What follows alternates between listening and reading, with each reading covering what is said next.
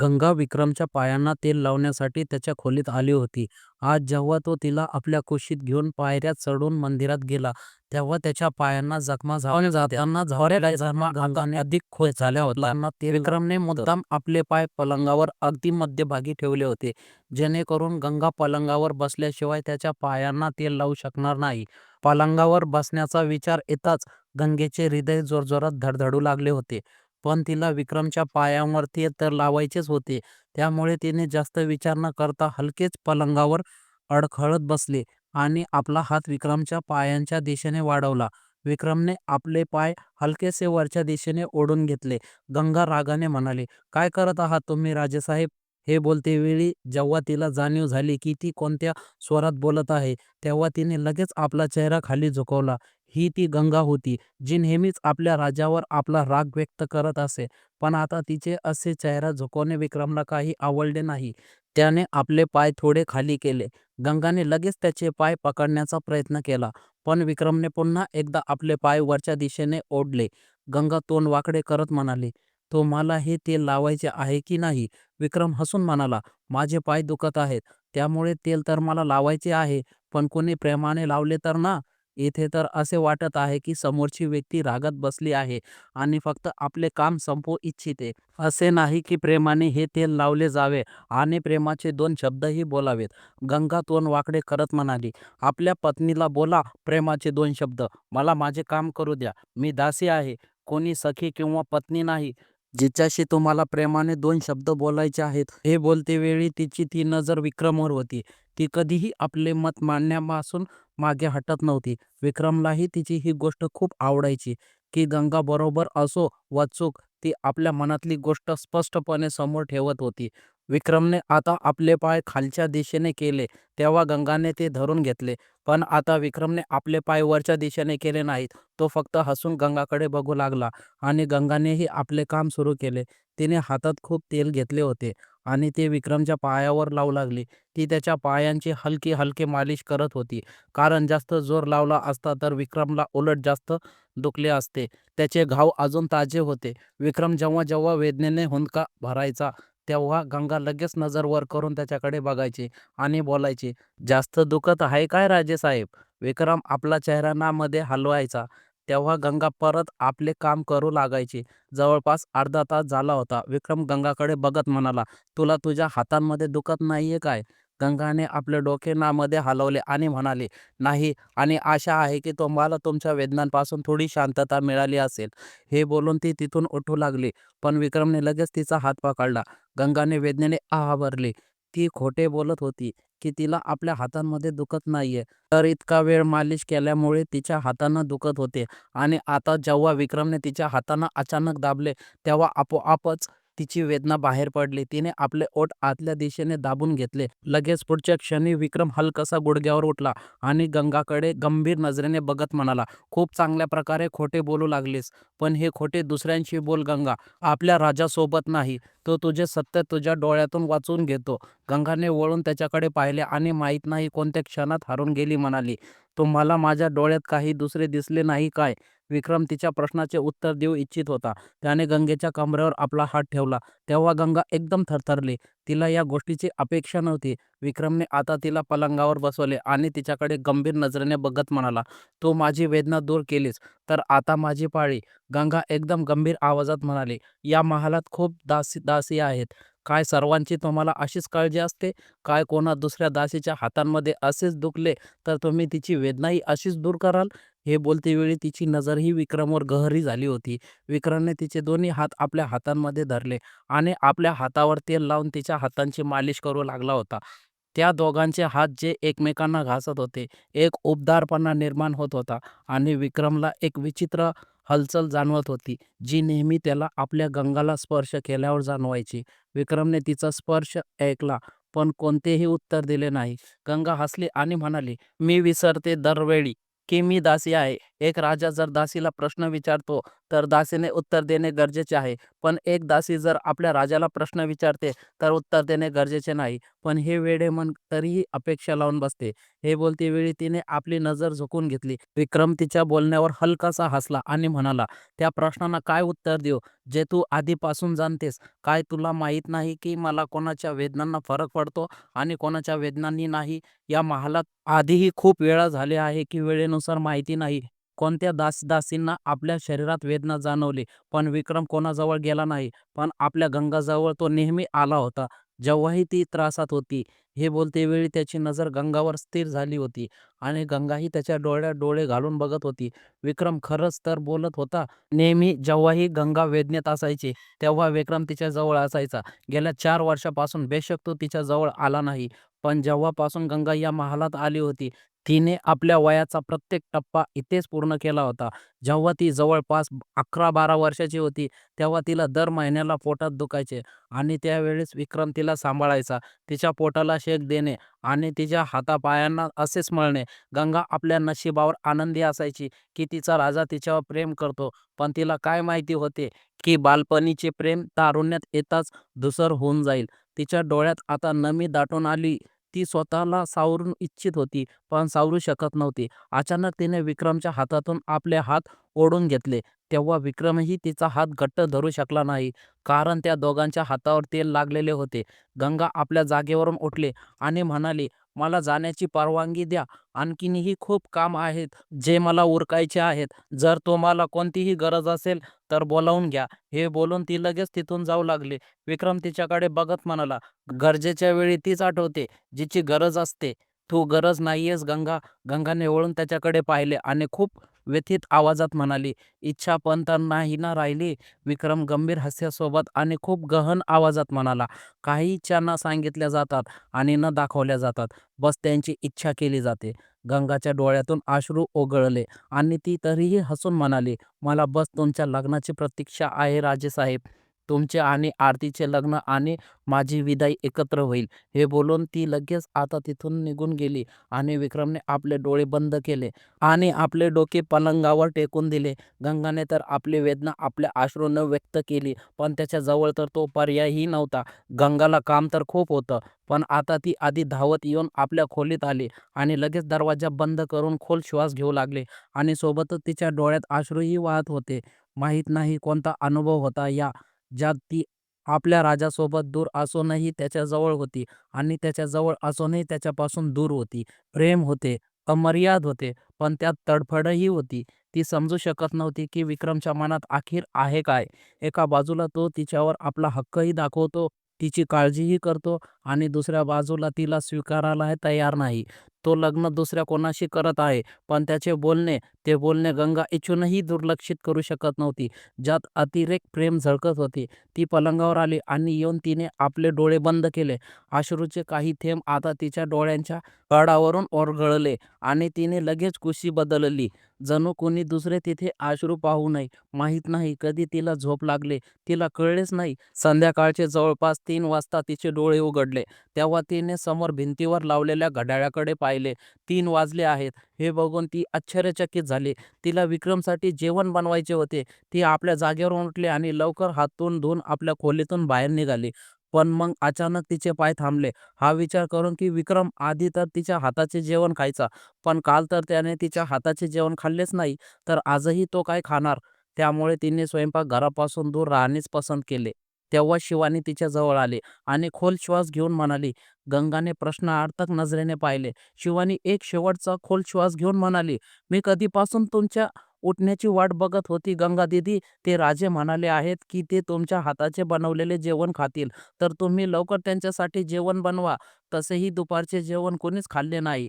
राणी साहेबांना सोडून तर बाकी सर्वांना खूप भूक लागली असेल आणि राजांना तर खूप जास्त.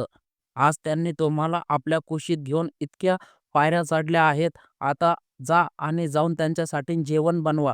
शिवानीची गोष्ट ऐकून गंगेच्या चेहऱ्यावर स्मित हास्य तरंगून लागले होते. या गोष्टीचा समाधान तिच्यासाठी खास होता की तिचा राजा तिच्या हाताचे बनवलेले जेवण खाऊ इच्छितो.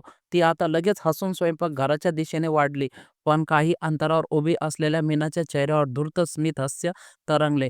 गंगा स्वयंपाकघरात हसून काम करत होती. तेव्हाच मीना तिथे आली आणि तिच्याकडे बघत म्हणाली, "आज तर खूप आनंदी दिसत आहेस. तू काय झाले? आपल्या राजासाहेबांसाठी जेवण बनवत आहेस काय?" गंगा लगेच भानावर आली. जेव्हा मीनाने आपले राजासाहेब म्हटले, तेव्हा जणू ती स्वप्नांच्या दुनियेतून वास्तव्यात परत आली. ती मीनाकडे बघत म्हणाली, "राजेसाहेब फक्त माझे नाहीत, ते भावी राजेसाहेब आहेत. म्हणजे सर्वांचे राजेसाहेब, फक्त माझे एकट्याचे नाहीत. आणि हो, मी आनंदी आहे, कारण आज मी तेच करत आहे, जे मी नेहमीपासून करत आले आहे. प्रेमाने जेवण बनवणे आणि सर्वांना वाढणे. पण कदाचित आजकाल तुम्हाला विष ओकण्यासाठी काही मिळत नाहीये काय?" हे बोलते वेळी तिने मीनाकडे गंभीर नजरेने पाहिले. तेव्हा मीना रागाने थरथरू लागली. ती लगेच म्हणाली, "माझ्यासमोर जीभ चालवू नकोस. मला तुला तुझी जागा दाखवायची एक क्षणही लागणार नाही. जर मी राणीसाहेबांकडे गेले तर त्या तुला स्वयंपाकघरातून बाहेर काढतील आणि मग ना तू आपल्या राजासाहेबांसाठी जेवण बनवू शकशील आणि ना स्वतःसाठी. म्हणून उत्तम असेल, माझ्यासमोर आपल्या जिभेवर थोडा लगाम ठेव." तिची गोष्ट ऐकून आता गंगाने काहीच म्हटले नाही. तिला मीनासोबत वाद घालायचा नव्हता. ती आज आपल्या राजेसाहेबांसाठी जेवण बनवत होती आणि ते जेवण तिला प्रेमाने बनवायचे होते. तिकडे मीनाच्या चेहऱ्यावर धूर्त स्मित हास्य तरंगत होते. ती चेहऱ्यावर एक तिरकस हास्य घेऊन स्वयंपाकघरातून बाहेर निघाली आणि सरळ आरतीच्या खोलीच्या दिशेने गेली.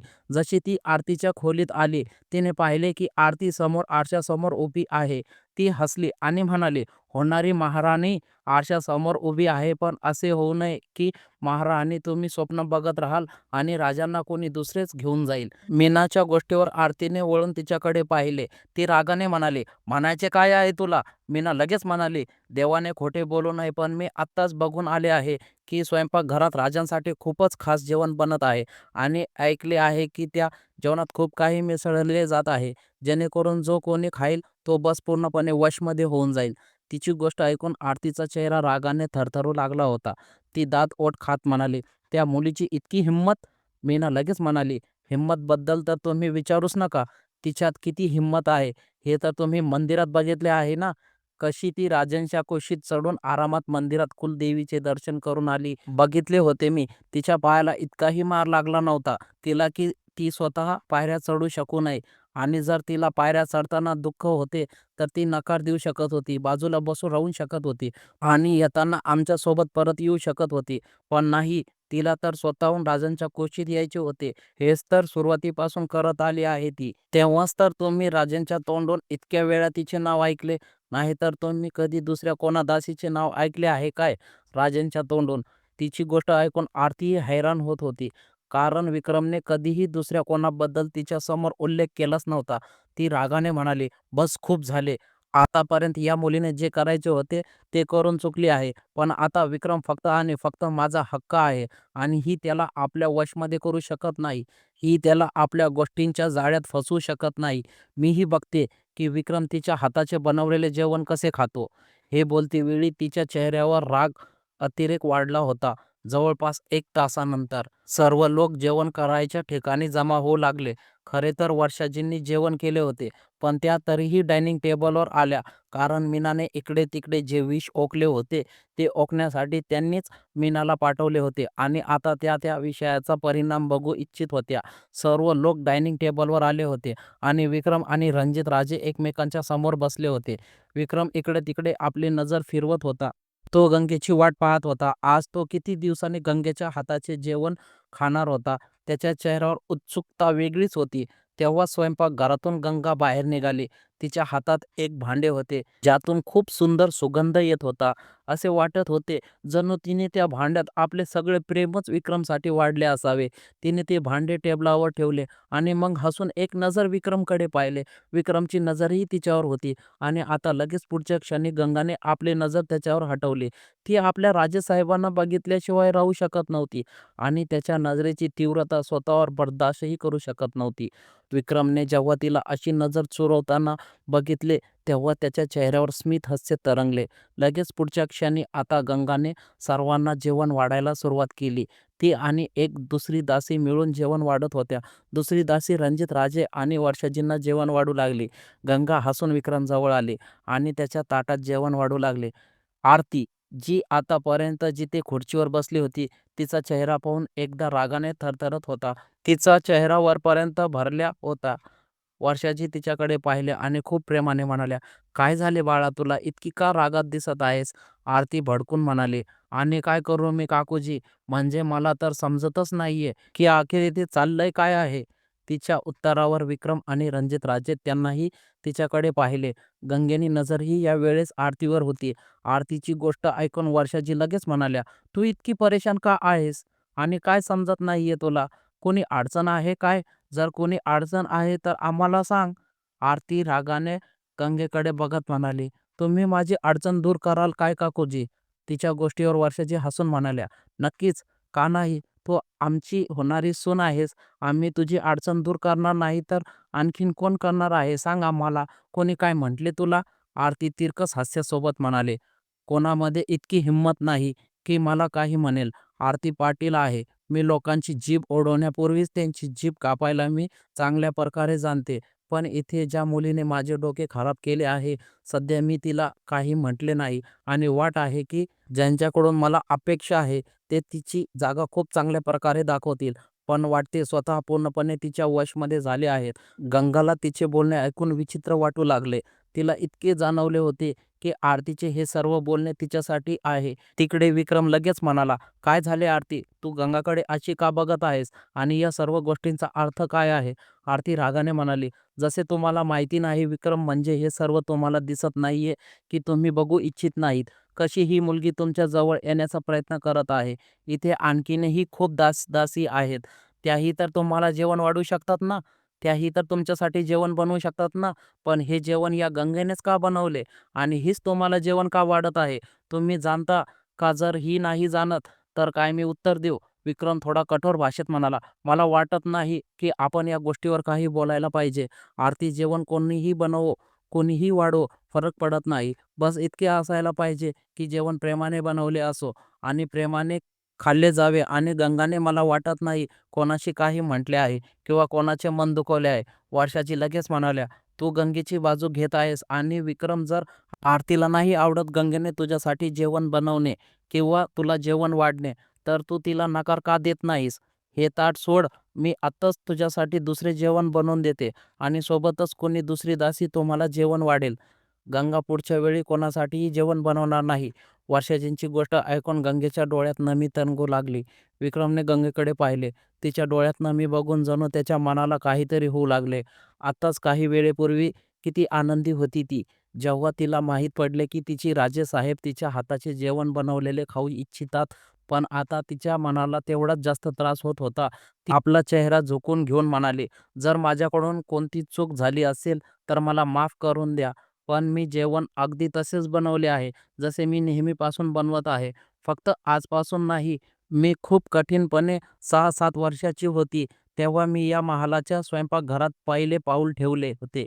आणि जेव्हापासून आतापर्यंत माहीत नाही किती वेळा मी जेवण बनवले. पण जर आता होणाऱ्या राणीसाहेबांना नाही आवडत की मी स्वयंपाकघरात जेवण बनवावे, तर मी नाही बनवणार. मी जाते." हे बोलून ती जशी तिथून जाऊ लागली, विक्रमने लगेच तिचा हात पकडला आणि त्याच्या हातात गंगेचा हात बघून आरतीचे डोळे मोठे झाले.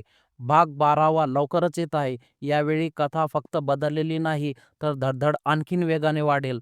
तयार रहा नव्या ट्विस्टसाठी. सबस्क्राईब करून ठेवा.